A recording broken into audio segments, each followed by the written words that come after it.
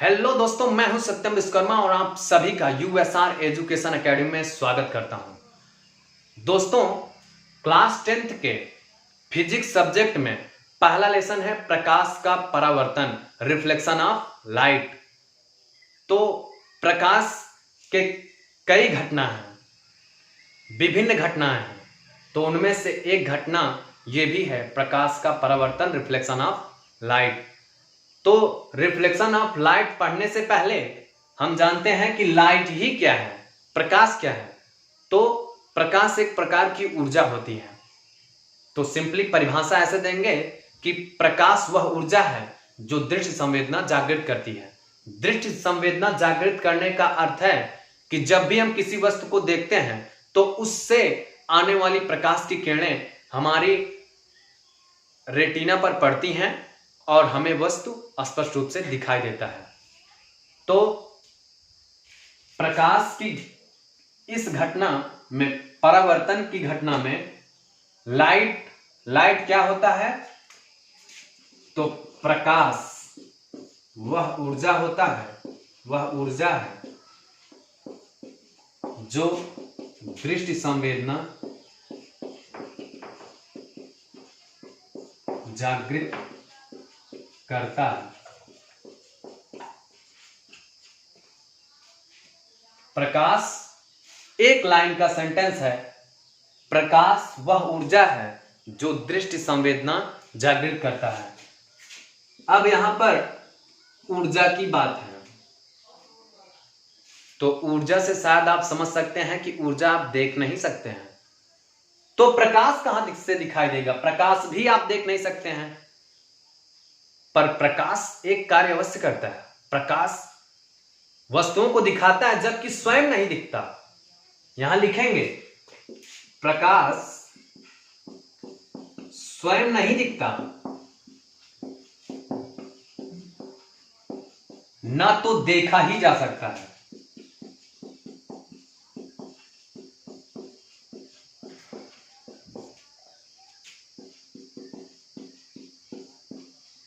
अच्छा, प्रकाश स्वयं नहीं दिखता और देखा भी नहीं जा सकता। काहे बात का? काहे कि हम ऊर्जा की बात कर रहे हैं। प्रकाश ऊर्जा के रूप में है और जब ऊर्जा को नहीं देख सकते हैं तो आप प्रकाश को भी नहीं देख सकते हैं। प्रकाश वह ऊर्जा है जो दृश्य संवेदना जागृत करती है। प्रकाश स्वयं नहीं दिखता, न तो उसे देखा जा सकता, परंतु वह क्या करता है कि वस्तुओं को दिखाने का कार्य करता है। पर वस्तुओं को दिखाने का कार्य करता है।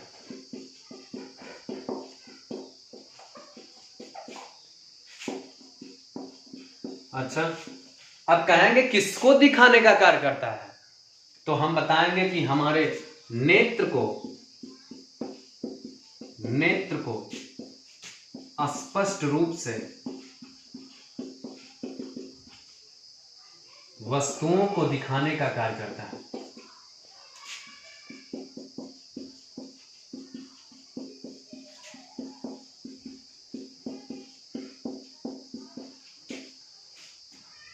तो प्रकाश क्या है?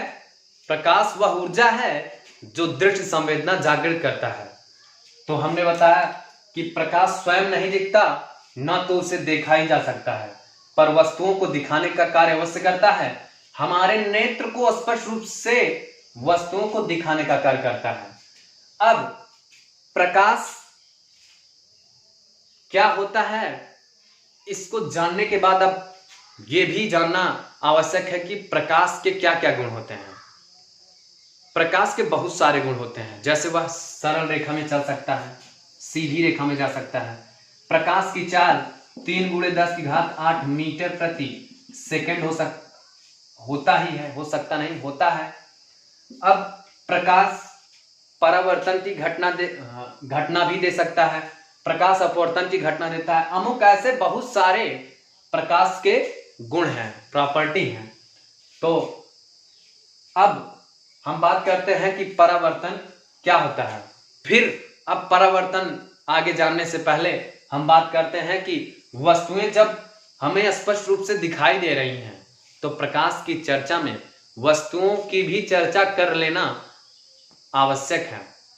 अच्छा, वस्तुएं दो प्रकार की होती हैं। जब भी प्रकाश की चर्चा करेंगे तो बताएंगे कि वस्तुएं भी दो प्रकार की होती हैं। दो प्रकार की होती हैं, वो कौन कौन से हैं? पहला है प्रदीप्त वस्तुएं और दूसरा है अदीप्त वस्तुएं। क्या है? पहला है प्रदीप्त वस्तुएं और दूसरा है अदीप्त वस्तुएं। प्रदीप्त वस्तुएं वे वस्तुएं होती हैं जो स्वयं प्रकाश का उत्सर्जन करती हैं। लिखेंगे, प्रदीप्त वस्तुएं वे वस्तुएं होती हैं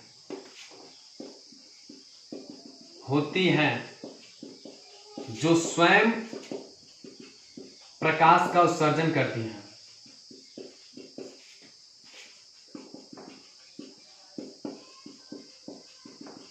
अच्छा, अब बताएंगे भी कि कौन सी वस्तुएं हैं जो प्रदीप्त वस्तुओं के अंतर्गत आती हैं।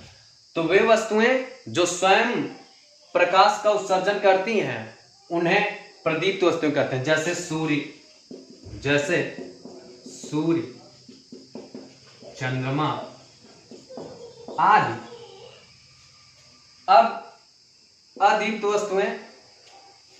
वस्तुएं वे वस्तुएं होती हैं जो स्वयं प्रकाश का उत्सर्जन नहीं करती हैं। लिखेंगे, वे वस्तुएं होती हैं जो स्वयं प्रकाश का उत्सर्जन नहीं करती हैं।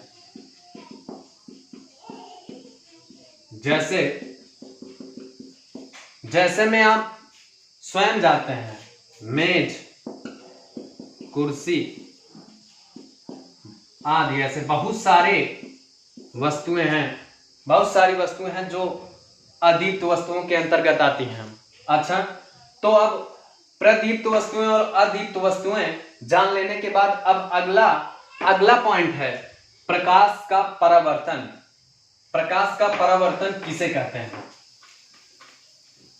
तो प्रकाश का परावर्तन ऐसे बताएंगे, जब प्रकाश की किरणें किसी चिकने सतह, जैसे कांच नहीं, दर्पण।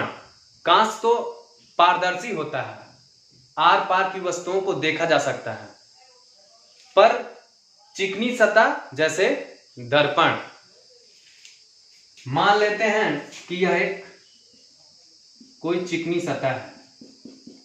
अब प्रकाश की किरणें आई और उसी माध्यम में लौट जाती हैं। चिकनी सतह से टकराने के बाद वह उसी माध्यम में लौट जा रहे हैं। तो इसी घटना को प्रकाश का परावर्तन कहते हैं हम। अब जो भी विचारी तथ्य हम समझ रहे हैं उसे हम प्रकाश के परावर्तन के डिफिनेशन में ज्वाइन कर देंगे। अब बताएंगे कि प्रकाश का परावर्तन किसे कहते हैं। तो प्रकाश की किरणें जब किसी चिकनी सतह से टकराकर उसी माध्यम में लौट जाती हैं तो इस परिघटना को प्रकाश का परावर्तन कहते हैं, रिफ्लेक्शन ऑफ लाइट कहते हैं। अब प्रकाश की घटना में जो प्रकाश की किरणें आ रही हैं, ये आने वाली प्रकाश की किरणों को आपतित प्रकाश की किरण कहते हैं। आपतित प्रकाश की किरण। अच्छा, जाने वाली प्रकाश की किरण को क्या कहते हैं? परावर्तित किरण कहते हैं। आपतित प्रकाश की किरण किसे कहते हैं? जब प्रकाश की किरणें आती हैं, यानी आने वाली प्रकाश की किरणों को आपतित प्रकाश की किरण कहते हैं, और जाने वाली परावर्तन के पश्चात जाने वाली प्रकाश की किरणों को परावर्तित किरण कहते हैं। अब जिस अभिलंब, ये होता है अभिलंब। अभिलंब क्या होता है? चिकने सतह के लंबवत तल अभिलंब कहलाता है, नॉर्मल कहलाता है। ये यन लिख लेते हैं और ये यन डैश, ये ए लिखते हैं, ये यन है ही और ये बी लिखते हैं। अब एन आपतित प्रकाश की किरण है और बीएन परावर्तित प्रकाश की किरण है, और यन डैश क्या है? अभिलंब है, नॉर्मल है। Incident ray, normal, reflected ray. तो प्रकाश का परावर्तन क्या है?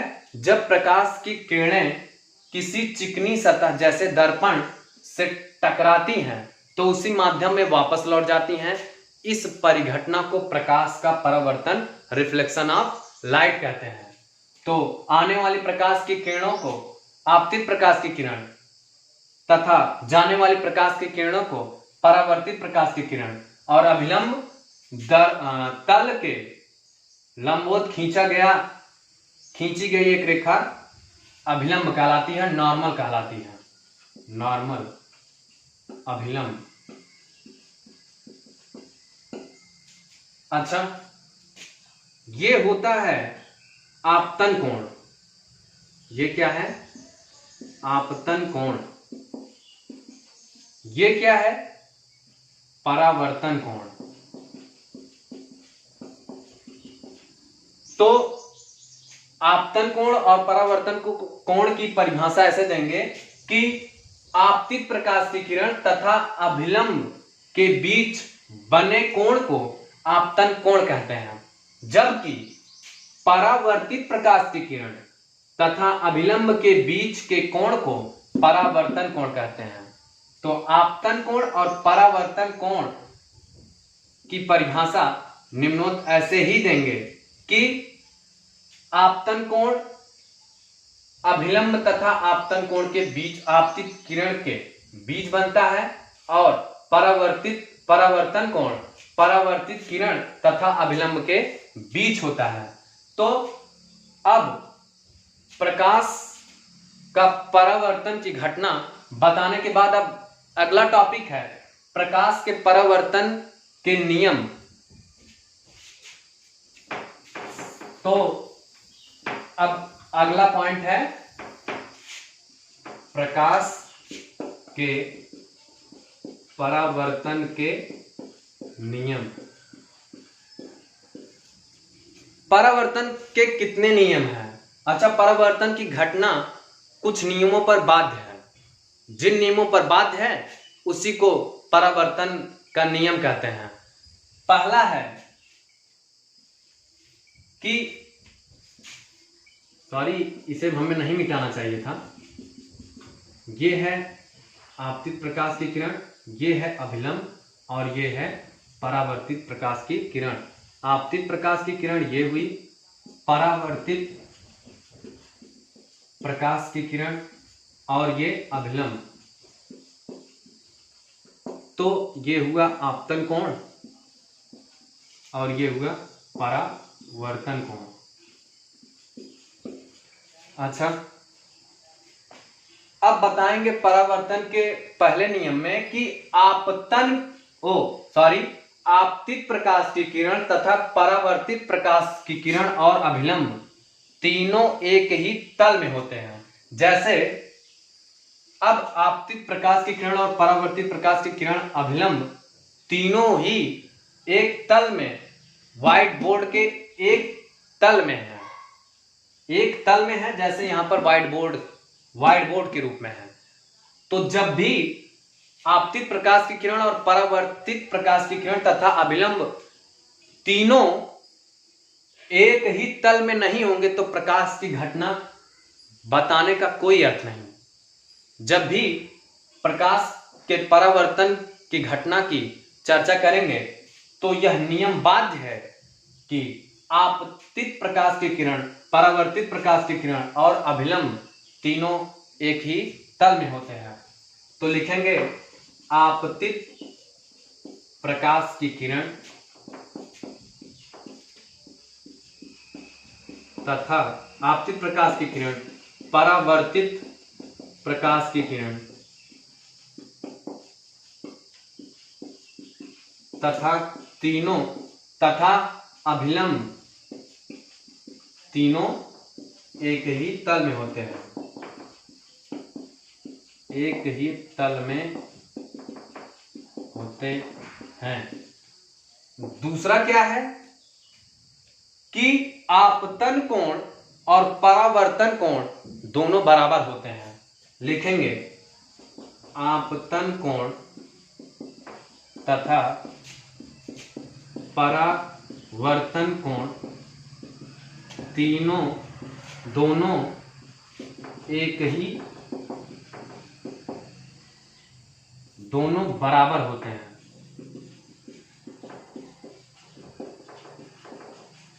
अब इसे आपतन कोण को I से प्रदर्शित करते हैं और परावर्तन कोण को R से प्रदर्शित करते हैं। आपतन कोण I और परावर्तन कोण R।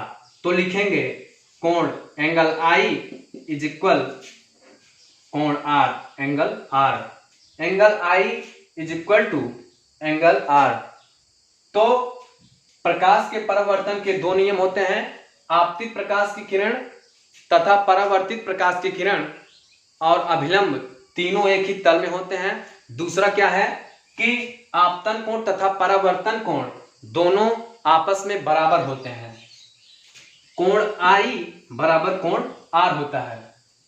तो प्रकाश का परावर्तन किसे कहते हैं? जब प्रकाश की किरणें किसी चिकने सतह से टकराकर उसी माध्यम में लौट जाती हैं, इस परिघटना को प्रकाश का परावर्तन कहते हैं।